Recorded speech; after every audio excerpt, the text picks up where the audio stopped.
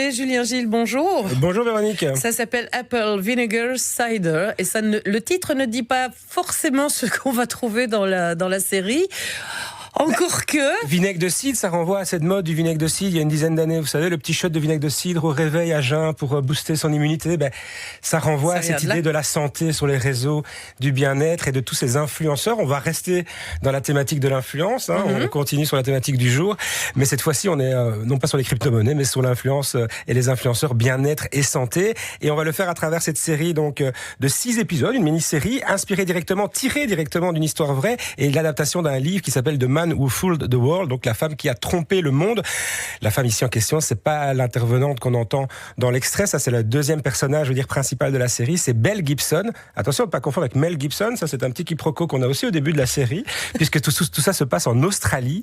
Belle Gibson, une très jeune influenceuse qui donc aura défrayé la chronique il y a une dizaine d'années parce qu'elle aurait été démasquée comme menteuse, puisqu'elle s'était fait passer pour malade, pour mieux se vendre finalement et mieux vendre ses solutions holistiques. Elle s'était inventé un cancer du cerveau. Donc cette série va attirer notre attention sur les dérives que cette nouvelle forme de communication, je parle ici des réseaux et on va beaucoup parler d'Instagram en particulier, des dérives que cette formulation, que cette façon de faire sur les réseaux peut entraîner, des dérives quasi sectaires, puisqu'on va parler de communautés qui sont fermées à tout dialogue et qui sont quelque part enfermées dans des croyances, ici des croyances qui touchent à la santé, et c'est là que c'est grave évidemment, parce que les conséquences sont létales pour certaines et certains de ses followers quand on décide d'arrêter un traitement, une chimiothérapie ou une radiothérapie pour basculer sur des traitements on va dire naturels de type, on l'entend dans l'extrait ici, c'est la méthode Hirsch au Mexique, qui consiste à boire des jus de fruits frais et à faire des lavements pendant 2 ans. Voilà, il faut pas être grand clair pour comprendre que là, on fait presque de la médecine illégale. Alors, nous, on le voit avec nos yeux d'aujourd'hui. Et donc on se dit effectivement, oh là là, qu'est-ce que c'est que cette histoire ? Mais lorsque ça a commencé sur les réseaux sociaux, que ce soit Belle Gibson ou l'autre, eh bien, il y a eu énormément d'engouement. Énormément d'engouement. En fait, on va reprendre un petit peu le pitch de l'histoire. On suit Belle Gibson, qui est une jeune mère de famille.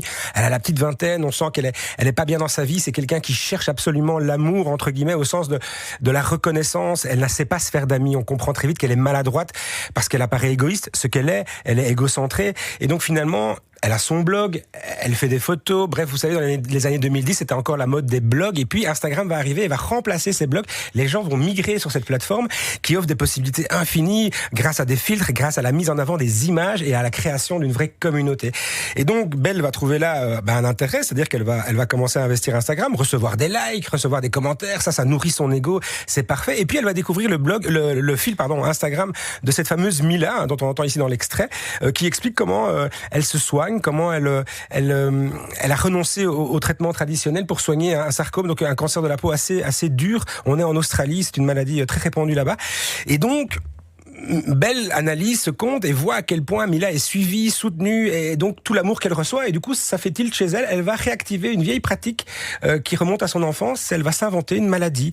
C'est une menteuse congénitale en fait, Belle, et donc elle va expliquer qu'elle a un cancer du cerveau, mais qu'elle est passée au-delà, qu'elle guérit, qu'elle est en rémission grâce justement à ses recettes de cuisine, grâce à des bons choix. Elle écoute son corps, finalement le corps c'est mieux, et donc effectivement elle va tout d'un coup faire le buzz. Elle va drainer derrière elle des milliers de followers, ce qui va entraîner la création d'une application qu'elle va vendre à Apple. Ce sera la première Australienne qui vendra une application Apple. On est en 2013 et c'est l'explosion. Et il faudra quand même quelques années, 2 ans pour que l'empire s'écroule. C'est ce qu'on suit ici dans l'histoire, puisque ça va être éventé évidemment. À un moment donné, les questions vont se poser. Finalement, elle se couvre pas très bien, puisque dès qu'on l'interroge un peu sur son cancer, où ça en est, etc. Oui, elle peut pas aller dans le détail. Non, elle ne sait pas fournir de documents médicaux. Elle ne sait pas dire, elle ne sait pas donner le nom de son neurologue, etc.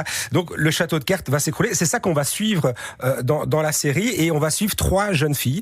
Donc il y a Belle, ce personnage principal, manipulatrice, mais voilà, c'est pas simplement une cynique qui veut faire du business et qui a trouvé là un créneau.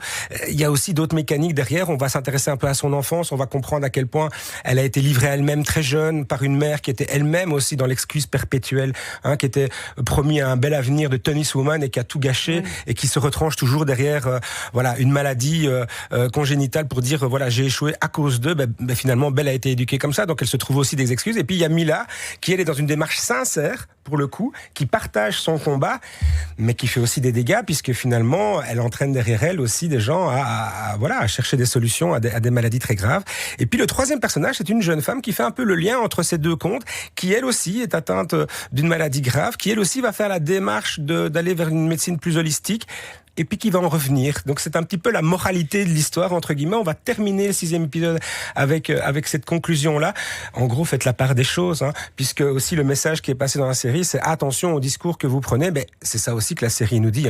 Depuis 20 ans, notre relation, à cause des réseaux, notre relation à la vérité, notre relation au réel a changé. Pas que à cause des réseaux. Moi, je pense qu'on doit aussi mettre le doigt sur des formes d'errance médicale dans lesquelles se trouvent certaines de ces personnes qui recherchent du coup de l'information à tout prix pour aller mieux parce qu'elles n'ont pas la réponse qu'il faut du monde médical. Mais parce que parfois, la réponse, et on le voit bien dans la série, très bien, c'est le rapport au médical, parce que la réponse ne peut pas convenir à la personne qui l'entend.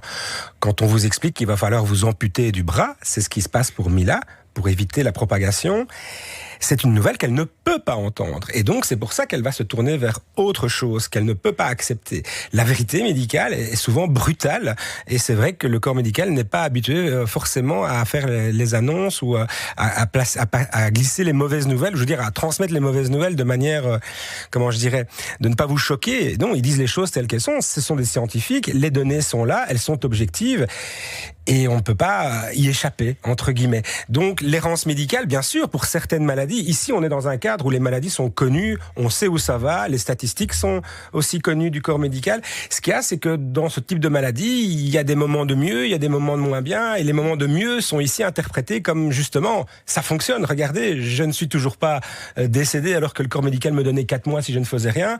Voilà, mais ça, c'est pour parler de Mila, qui est vraiment malade. De l'autre côté, on a quand même cette Belle qui, elle, ne lève pas quelque part, qui se convainc. Alors ça aussi, c'est assez fascinant parce que dans sa mécanique psychologique, elle finit par se convaincre elle-même, quelque part. Oui. Puisqu'on voit aussi qu'elle se légitime en fréquentant un médecin qui est une espèce de charlatan, qui est une espèce de machine qui mesure les énergies. Vous savez, vous tenez 2 électrodes, il y a des loupiottes qui s'allument. Il fait ça dans une espèce de pseudo-cabinet, dans un hangar désaffecté. Enfin, et elle entraîne une amie avec elle chez ce médecin. L'amie est complètement consternée, est vraiment très interrogée. Et là, on comprend que Belle, elle y croit en fait. Mais c'est une manière d'elle de nourrir son propre mensonge. Donc il y a aussi tout ce ressort psychologique dans la série qui est intéressante. Mais au-delà, cette série, je trouve, dénonce aussi, le trop-plein d'informations, ou en tout cas, cette difficulté aujourd'hui de faire la part des choses. Vos intervenants précédents l'expliquaient très bien à propos des crypto-monnaies. Qui croire finalement ? Qui a une expérience vraiment positive et qui me vend du rêve à des fins marketing ? Voilà, parce que pour l'intervenant dans la série, Belle Gibson, elle vend son application, des centaines de milliers de ventes. C'est beaucoup d'argent. Elle va aussi vendre son livre de recettes. Et ça, pour elle, c'est la consécration ultime. Être publié par une grande maison d'édition australienne qu'elle lisait elle-même, dont elle lisait elle-même les livres de recettes quand elle était jeune. Il y a quelque chose de l'ordre de l'aboutissement. C'est justement à ce moment-là que le château de cartes commence à s'effondrer. Donc, il y a quand même cette remise en question. Et ce qui est paradoxal, finalement, c'est parce que cette remise en question, elle est légitime, par ces influenceuses, quelque part, de dire il y a peut-être aussi une autre voie, ou en tout cas quelque chose de plus à aller chercher. Et on entend souvent, et je crois qu'aussi dans les formations médicales aujourd'hui, on met un peu plus l'accent quand même chez les jeunes médecins sur quand même aussi l'alimentation, la nutrition, l'importance de cet aspect-là, là où d'anciennes générations oubliaient. Non, c'était les médicaments et rien d'autre. Médicaments, la chimie a parlé, la science parle. Donc il faut faire la part des choses, il faut trouver le juste équilibre.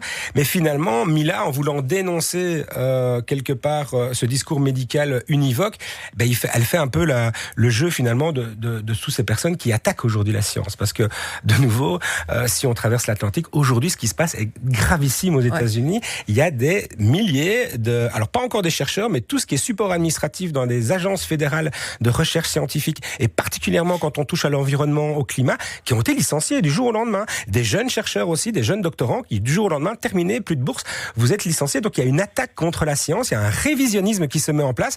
On parle carrément de vérité alternative aujourd'hui. Ça, Donald Trump, il le dit aussi, complètement décomplexé. C'est une façon de présenter les faits de manière à tordre la vérité pour faire correspondre cette vérité à des intérêts particuliers.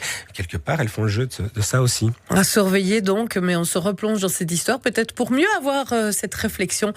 Du coup, ça s'appelle, je n'ai plus le nom sous Apple Vinegar Cider. Et c'est sur Netflix. Sur Netflix, oui. En 6 épisodes conclusifs donc. Ah oui, conclusif, oui. Merci beaucoup Julien Gilles. Avec grand plaisir.